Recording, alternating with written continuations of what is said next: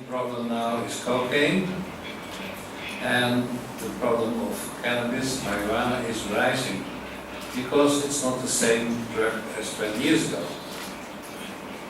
It's 16 times more potent, and young kids are using it not in a group but alone, and they drop out of school and they only are busy with maybe computer games, and parents do not know what to do about it.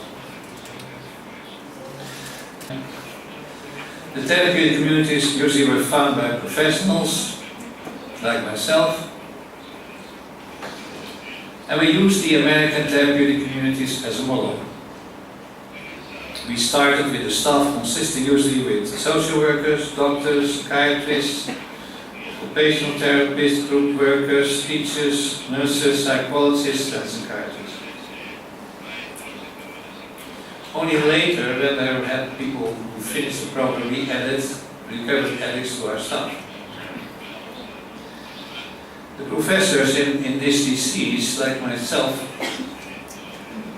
had to unlearn to help people, because it's important that people see that they can learn to help themselves.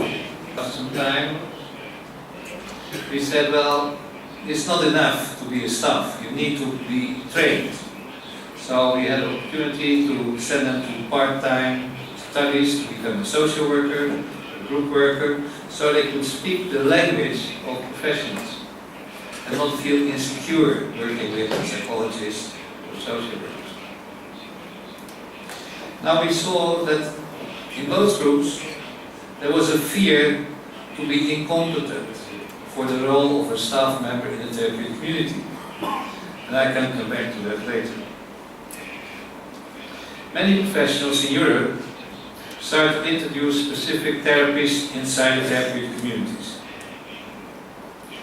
They were very often an asset that was already there, improving the outcome. But you could also see that some of those professionals who were feeling very insecure with the method of the therapeutic community, because they needed to be a therapist, because they were trained to give therapy. So they sometimes started therapies that were conflicting with the original idea of self-help.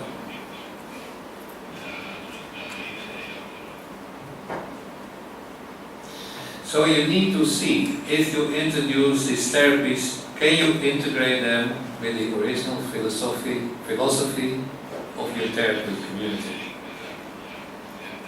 What we saw, for instance, that some therapeutic communities became institutions where just the staff providing therapy and the residents were waiting to be treated. So they lost the structure where the residents can learn by experience how to solve their problems with the help of older people in the community where they're role models. The medical model. In the medical model, the doctor is responsible and in charge of the treatment. The role of the patient can be described as he is relieved from the normal role obligations. He is not regarded as responsible for his situation, and he is expected to see that the situation is undesired and ask for help. So, the patient is passive and is not responsible. So, you see that, why can you, with this idea, have a drug addict into prison as an addict because he's not responsible? Now, is that true?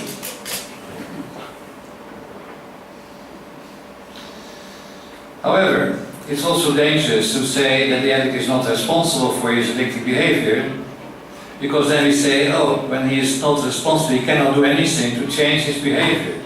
And it's undermining the possibilities for cure.